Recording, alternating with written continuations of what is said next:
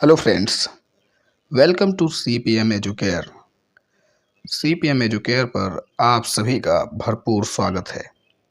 आज की इस क्लास में हम लोग पढ़ेंगे प्रेजेंट इंडेफिनिट टेंस का नेगेटिव सेंटेंस। इसके पहले वाली वीडियो में हमने प्रेजेंट इंडेफिनिट टेंस के अफर्मेटिव सेंटेंस को पढ़ाया है। अगर आपने वो क्लास नहीं देखी है तो आप उसे जाकर ज़रूर देखें। वीडियो को शुरू करने से पहले आप सभी से एक ही रिक्वेस्ट है कि आप वीडियो को स्किप किए बिना पूरा देखा करें। आपको ज़रूर कुछ ना कुछ सीखने को मिलेगा। और वीडियो के अंत में आप कमेंट करके ज़रूर बताएं कि आपको क्लास कैसी लगती है। हमें इंतज़ार रहता है आपके कमेंट्स का। जितने बच्चे डेली क्लास ले रहे हैं वो ज़रूर कमेंट करके बताएं, जिससे मुझे भी पता चल सके कि कौन कौन से बच्चे हैं जो डेली क्लास यहाँ पर देख रहे हैं। और जो चीज़ें आपकी छूट रही हो वो भी आप कमेंट कर सकते हैं कि सर इसको पढ़ा दीजिए, इसके बारे में बता दीजिए, आपको वो भी बता दिया जाएगा। ठीक है, अभी तो जैसा मैंने रूटीन बना रखा है अपना, जैसे शेड्यूल सेट कर रखा है उसके हिसाब से मैं पढ़ा रहा हूँ। बाकी अगर आपको किसी भी चीज़ की नीड होती है तो आप कमेंट कर सकते हैं, आगे की क्लास में उसको हम शामिल कर लेंगे। ठीक है, तो आइए शुरू करते हैं। तो सबसे पहले आपको बताऊंगा मैं इसके जो सामान्य नियम है, क्या क्या रूल आपको याद रखने हैं। तो आप सभी को पता है कि मैंने पिछले क्लास में बताया हुआ है कि प्रेजेंट इंडेफिनिट में डू और डज हेल्पिंग वर्ब होती है। निगेटिव में उसी का यूज होना है, डू नॉट और डज नॉट का यूज़ होगा। ठीक है, तो किन किन सब्जेक्ट्स के साथ डू नॉट आएगा और किन किन सब्जेक्ट्स के साथ डज नॉट आएगा, आइए उसको देख लेते हैं। तो I we you they are plural number plus do not plus verb की first form plus object public other words. I we you they और प्लूरल नंबर होगा, कोई भी सब्जेक्ट होगा ऐसा जिसमें या तो प्रोनाउन होगा आई वी यू दे या फिर कोई प्लूरल नंबर, तो ऐसे में वहाँ पर डू नॉट का प्रयोग करेंगे। और सब लोग ध्यान रखेंगे कि निगेटिव और इंट्रोगेटिव सेंटेंस में वर्ब की फर्स्ट फॉर्म का प्रयोग किया जाएगा। अब इसमें यस और ईएस नहीं जोड़ा जाएगा। ठीक है, जैसे मैं वहाँ नहीं जाता हूँ, I do not go there. हम अब क्लास में शोर नहीं मचाते हैं, we don't make a noise in the class now. वे उस मैदान में नहीं दौड़ते हैं, they do not run in that ground. ठीक है, अगला रूल है he she it or singular number plus does not plus first form of the verb plus object or other words. आप सभी को ध्यान रखना है कि यदि सब्जेक्ट ही सी इट या सिंगुलर नंबर हो तो उसके साथ डज नॉट का प्रयोग करेंगे और उसके बाद में वर्ब की फर्स्ट फॉर्म प्लस ऑब्जेक्ट या अदर वर्ड्स। आप सभी को ये अच्छे से पता है फॉर्मेट क्या होता है सेंटेंस का ट्रांसलेट करने का, subject plus verb plus object, verb in the sense helping verb and main verb दोनों। ठीक है, एग्जाम्पल देखेंगे इसका। वह पुस्तक नहीं पढ़ता है, he does not read a book. Rakesh अब स्कूल नहीं जाता है, Rakesh does not go to school now. वह अब उस घर में नहीं रहती है, she does not live in that house now. Rajasthan में बारिश नहीं होती है, it does not rain in Rajasthan. ठीक है, तो ये थे आपके निगेटिव सेंटेंस के रूल्स और एग्जांपल्स। अब उससे संबंधित थोड़ा सा हम लोग प्रैक्टिस करेंगे। ठीक है, एक्सरसाइज प्रैक्टिस दीज सेंटेंसेस। यहाँ पर देखिएगा जो शब्द लिखा हुआ है प्रैक्टिस, PRACTISE, ये वर्ब है। ठीक है, जिसका मतलब कि अभ्यास कीजिए। और जो PRACTICE होता है वो नाउन होता है, इसका अर्थ होता है अभ्यास, केवल अभ्यास। ठीक, तो कंफ्यूज नहीं होना, इसलिए हमने आपको क्लियर कर दिया। मैं स्कूल नहीं जाता हूँ, वह गीत नहीं गाती है, बच्चे शनिवार को बैग नहीं लाते हैं, पक्षी उस पेड़ पर नहीं रहते हैं, माली पौधों को पानी नहीं देता है, वह सुबह जल्दी नहीं उठता है। ये आपको प्रैक्टिस करना है। ठीक है, आप कमेंट्स करके भी बता सकते हैं कि इसका क्या होगा ट्रांसलेशन, या आप अपने पेपर पर अपनी कॉपी में नोट कर सकते हैं। रूल थर्ड है a sentence having the words always, never, often, seldom is always translated in affirmative sentence and they are used before main verb। आप सभी को ध्यान रखना है कि अगर सेंटेंस में ऑलवेज, नेवर, ऑफन या सेल्डम आए तो फिर वो सेंटेंस जो होता है वो अफर्मेटिव में ट्रांसलेट होता है। ठीक है, और इनका प्रयोग हमेशा मेन वर्ब से पहले किया जाएगा। जैसे वह कभी झूठ नहीं बोलती है। अभी आपको लग तो रहा कि नेगेटिव में है भी नेगेटिव में हिंदी में वाक्य, लेकिन अंग्रेजी में भी जब आप इसको पढ़ेंगे तो इसका नेगेटिव सेंस ही आएगा।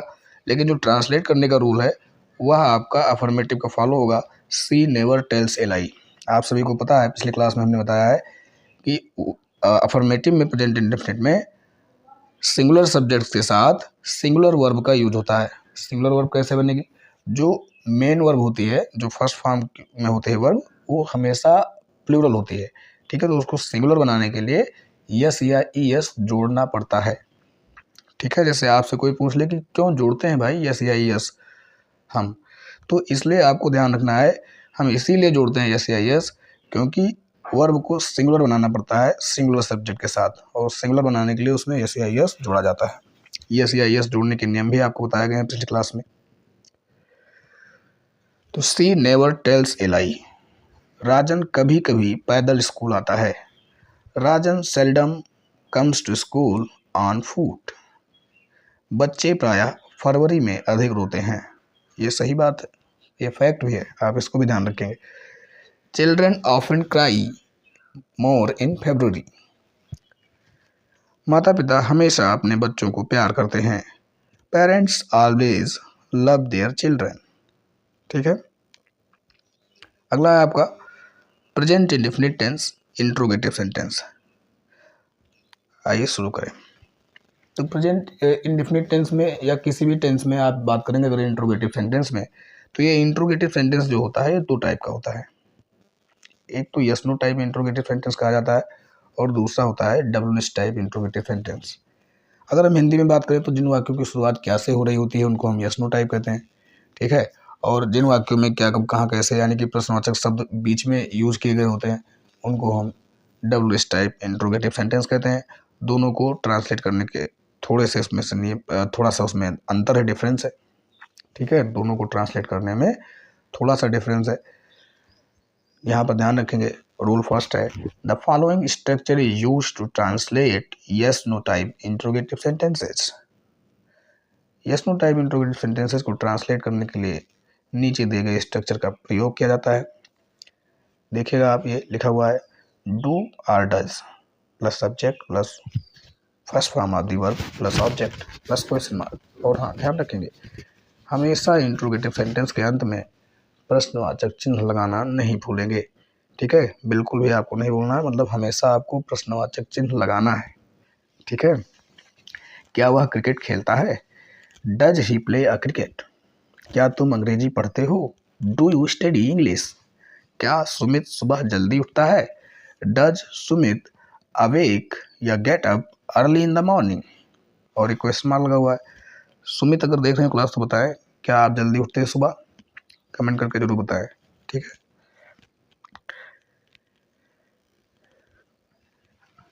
Role 2, W type interrogative sentences follow the structure given below. जो डब्ल्यू टाइप इंट्रोगेटिव सेंटेंसेस होंगे वो नीचे दिए गए स्ट्रक्चर को फॉलो करेंगे। सेम वही है जो आपका यहाँ पर था यस नो टाइप में, do does plus subject plus first form of the verb plus object plus question mark. यहाँ पर क्या परिवर्तन हुआ है, डब्ल्यू एच यानी कि क्वेश्चन वर्ड सबसे आगे आएगा, उसके बाद में do or does plus first form of the verb plus object plus question mark. क्योंकि हिंदी में जब आप देखेंगे तो वो जो शब्द है, प्रश्नवाचक शब्द है, वो वाक्य के बीच में आ रहा है, लेकिन जब आप इंग्लिश में इसको ट्रांसलेट करेंगे तो उन प्रश्नवाचक शब्दों की अंग्रेजी सबसे पहले आएगी। इस बात को आप विशेष रूप से ध्यान रखेंगे। When do you awake in the morning? तुम सुबह कब उठते हो? When do you awake in the morning? वह इतने कठिन प्रश्न कैसे हल करता है? How does he solve so difficult questions? वह लड़का अब क्या करता है? What does that boy do now? ठीक है, नेक्स्ट है आपका कुछ इम्पॉर्टेंट जो भी जितने भी प्रश्नवाचक शब्द हैं मैंने सबकी इंग्लिश लिख दिया है यहाँ पर, जिससे कई सारे बच्चे होते हैं जो कंफ्यूज होते हैं कि किस शब्द की इंग्लिश क्या होगी। ठीक है, तो यहाँ से आप याद कर लेंगे, अपने कॉपी में नोट भी कर लेंगे। क्या, कब, कहाँ, कैसे, कौन, किसका, कौन सा, किसे या किसको, कितने, कितनी देर तक। जैसे कहा जाए कि तुम कितनी देर तक पढ़ते हो, तो बच्चे कंफ्यूज रहते थे कि सर इसको कैसे ट्रांसलेट करें। तो यहाँ पर हमने बता दिया सब आपको। ये सब इसमें से कई सारे आपको पता भी होंगे और कई सारे पहली बार पता चलेंगे। क्या, कब, कहाँ, व्हाट, व्हेन, वेयर, कैसे, हाउ, कौन, हु, किसका, हुज, कौन सा, व्हिच, कौन सा, कौन सी, कौन से। ठीक है। और यहाँ पर किसे या किसको, हुम, कितने, हाउ मैनी या हाउ मच होता है। अगर कितना, कितनी, कितने किसी ऑब्जेक्ट या नाउन के लिए आया हुआ है और वो काउंटेबल है तो फिर हाउ मैनी का प्रयोग करेंगे। जैसे कहा जाए कितने लड़के, हाउ मैनी बॉयज। ठीक है। और अगर कितना, कितनी, कितने किसी ऑब्जेक्ट अथवा नाउन के लिए आया है जो अनकाउंटेबल है तो उसके लिए हम हाउ मच का प्रयोग करेंगे। जैसे कितना पानी, हाउ मच वाटर, कितना पैसा, हाउ मच मनी। ठीक है। आई होप आप सभी को अच्छे से समझ में आ रहा होगा। कितनी देर तक, हाउ लॉन्ग, तुम घर पर कितनी देर तक पढ़ते हो, how long do you study at home. ठीक है। तो अगर आपके लिए वीडियो इन्फॉर्मेटिव हो, आप कुछ ना कुछ ज़रूर सीख रहे हो, वीडियो अच्छी लग रही है, तो आप हमारे चैनल को ज़रूर सब्सक्राइब करें। Do subscribe our channel and press the bell icon for more videos. हमारे चैनल को आप ज़रूर सब्सक्राइब करें और बेल आइकन को प्रेस करें ऐसे ही और इन्फॉर्मेटिव नॉलेज के लिए। ठीक है। ये क्लास सभी के लिए इम्पोर्टेंट है। जितने भी बच्चे बिगिनर्स हैं, बिल्कुल भी टेंस नहीं पढ़े हैं, कभी भी जीरो से पढ़ना चाहते हैं, उनके लिए भी उतनी ही इम्पोर्टेंट है। और जो बच्चा हाई स्कूल बोर्ड एग्ज़ाम की तैयारी कर रहा है उसके लिए भी उतना ही इम्पोर्टेंट है। वो भी जीरो से अपना रिवीजन कर सकता है। ठीक है। तो ये क्लास आपके रिवीजन के पॉइंट ऑफ व्यू से भी इम्पोर्टेंट है और बिगिनर्स जितने हैं जिनको शुरुआत से सीखना है उनकी कॉन्सेप्ट क्लियरिंग के पॉइंट ऑफ व्यू से भी उतनी ही इम्पोर्टेंट है। ठीक है। बढ़ते हैं आगे। एक नोट है आपका। नोट कर लें, हम कह लें कि एक रूल है। Sentence beginning with who is always used in assertive sentence. Used नहीं कहेंगे, कहेंगे कि translated are denoted in assertive sentence and who is used as a subject in the sentence. कौन से शुरू होने वाले वाक्य सदैव असर्टिव सेंटेंस में ट्रांसलेट होते हैं और हु सब्जेक्ट के रूप में कार्य करता है। सामान्यतः हु सिंगुलर होता है। जैसे तुम्हें अंग्रेजी कौन पढ़ाता है, हु टीचेज यू इंग्लिश। है तो ये इंट्रोगेटिव सेंटेंस ही, लेकिन जो ट्रांसलेट करने का रूल है वो अफर्मेटिव के हिसाब से असर्टिव हमने लिखा है, यानी कि अफर्मेटिव और निगेटिव दोनों इसमें आएगा। ठीक है। इंट्रोगेटिव सेंटेंस है तो आपका अफर्मेटिव में बन जाएगा। निगेटिव इंट्रोगेटिव सेंटेंस है तो ये आपका निगेटिव में बन जाएगा। तुम्हें अंग्रेजी कौन पढ़ाता है, हु टीचेज यू इंग्लिश। तुम्हें अंग्रेजी कौन नहीं पढ़ाता है, who does not teach you English. ठीक है। इस बात को आप विशेष रूप से ध्यान रखेंगे। घर पर होमवर्क कौन पूरा नहीं करता है, तो who does not complete the homework at home. दूसरा नोट है या दूसरा रूल आप कह लें, हाउ मैनी और how much follows the object और noun for which it is used. मैंने अभी आपको बताया कि हाउ मैनी या हाउ मच जिस भी ऑब्जेक्ट के लिए आते हैं उसके साथ ही प्रयुक्त होते हैं। ठीक है। जैसे तुम एक दिन में कितना पानी पीते हो, तो how much water do you drink in a day. एक और एग्जाम्पल है, वह प्रतिदिन कितने पाठ पढ़ता है, how many chapters does he study every day.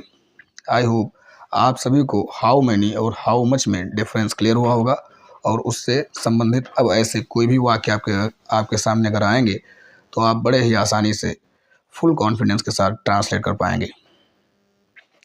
आज की वीडियो में बस इतना ही। इस प्रकार प्रेजेंट इंडेफिनिट टेंस कंप्लीट होता है। जल्द ही मिलेंगे प्रेजेंट टेंस का अगला पार्ट प्रेजेंट कंटिन्यूअस को लेकर अगली वीडियो में। Thanks for watching.